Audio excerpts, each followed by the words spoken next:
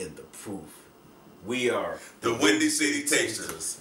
Hey, our Blended. first blended whiskey. Yes, sir. But I'm not gonna say yeah, but I haven't tasted it. But this is High West from a distillery in Park City, Utah. Utah. Go ahead and talk to them about it. Now, real quick, in 2007, when they established this, it became Utah's first legal distillery since 1870. And that's speaking volumes. Yes. And you know, when you think of Utah, you think of Mormons, you think of the influence, you know, Utah means people of the mountains. You know, no one's thinking that, you know, it pertains to whiskey and Utah. They don't go together, you know, but anyhow, in 2012, my dad and I were in Indianapolis at the Vina Table. We love you, Vina Table. We were at the Vina Table Whiskey Expo down there, and that's when I discovered this. And I tried this and another that we're going to show you, but we ain't going to show you now. Right. You know, and this is called Campfire. And my dad will tell you a little bit about peat. Now, the whiskey drinkers, y'all know what peat is, especially I'm a big Scotch drinker. And my dad, in a minute, he'll tell you what peat is, but let me tell you about this here. This is a mix of peat and sweet bourbon, Scotch, bourbon, and rye. And they claim that this is the world's only and possibly the first blend of that Scotch, bourbon, and rye. And you gotta know what you're doing to blend those three. Exactly. And then supposedly this Campfire, this High West, the first formulation was the owner of the distillery and his wife were at a bed and breakfast, a regular bed and breakfast hotel, and the staff was preparing a meal, and they were using a regular whiskey, a regular bourbon, and some peat. Peat is just dried grass, dried earth in Scotland. We'll get to that later. Once they dried, they use it as a fuel source. But anyway, by them using some bourbon cooked with the peat, the owner of this said he smelled it in the air and go, man, that's interesting. So he decided to create this product right here, Campfire. So we're going to try that. I'm not a Scotch drinker. I'm going to be. We have, look at my son's Scotch collection. It makes your mouth water right there. But we're going to try that in future episodes. But I want to try this and see what peat/bourbon tastes like. Now, we wanted to go off the radar a little bit. We didn't want to be predictable and say Jim Beam. We've had so many things in the Jim Beam family. We had so many things in the Kentucky, Tennessee, you know, with Pritchard's. Pritchard's is awesome, but we always want to go off the radar. Everyone's thinking Jack Daniels with Tennessee. Right. We want to give you Pritchard's also.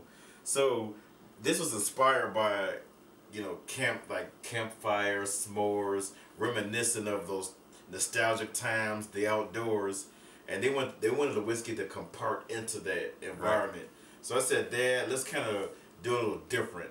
So we're a little bit unpredictable, but that's the way we keep y'all on y'all toes. Exactly.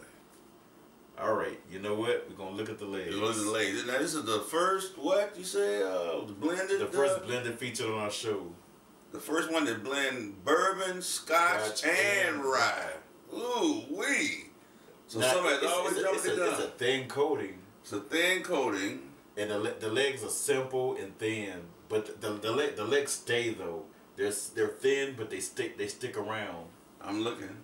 They stay there. They stick around. So now you're like, what the legs mean to stick around? That means that means one of the flavor profiles in it, one of the layers is gonna stick around longer than something else. Now we're gonna have this expert nose testimony from my son, because now we're involving an area I know nothing about, the peat. The peat and the blends. And the blends and the ryes. We're gonna nose it. Oh man. Whew. I love my Scotch. When I smell prepared for that. When I smell peat, I love Scotch. When I smell peated Scotch is one of my favorite. A lot of those Scotches. Maybe my dad gonna get into a Scotch series down the road. He gonna teach me Scotch. Yes, but can you smell the earthiness, that smoky earthiness?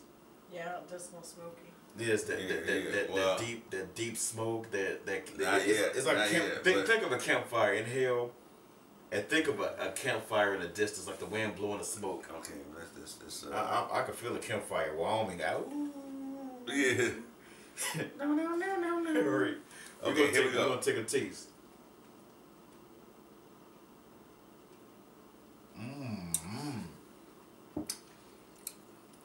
You can taste the elements of a single malt. You can taste that peat.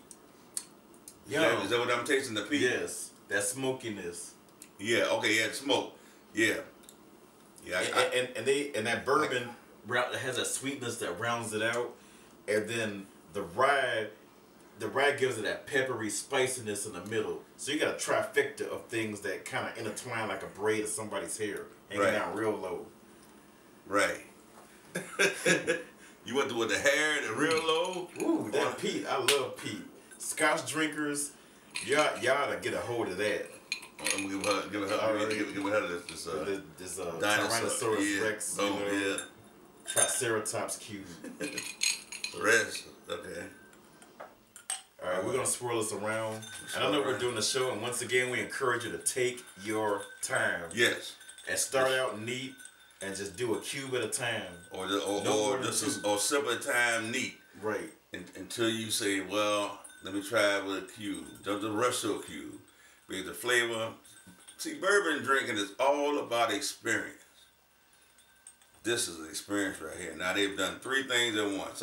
Three things. It's challenge. Like some people. And you got the right ones. You can't have this and that and this and that. Right. So let's take a taste of the cube. Here we go.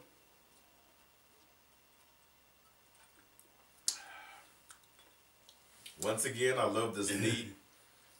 But because neat gives you that. But it settles the peat, and you still get a little smoke on it that you don't get because this here is 46%. Right. So 92 proof. Right. So 92 proof. Yeah. Yeah, that's right. Talk to me quick. Yeah. See, hey, it made sure we done did. I can't multiply times 2. Doesn't have math issues. But the smoke balances out. It's more pleasant, but you don't want too much ice in it. Right. And you know, we finna give it our rating, man. I'ma rate it. 'Cause that's I love that. Right there. It's my first time. I'm gonna give it a 7. I give it a 9 because not only am I'm not partial to this because I'm a Scotch drinker. I'll be more critical to this because I'm into peated Scotches. I'm not giving it a 7 because it's bad. It's outstanding, actually. I just need more time with it. I started to grab the 8, and then I started to grab the 9. And I was saying, wait, I don't want to mislead everybody. But you got to work with it. That's what I'm saying. This is... Now, have you tasted Scotch before? Yeah. The peatiness, can you... It's good. Okay. What would you give it? I'd give it like a 8 probably. It's really good. Wow. See, I'm uninitiated on that. Okay. All right. We're gonna be right back. Right. Stay tuned. Part 2 of High West. Of High West.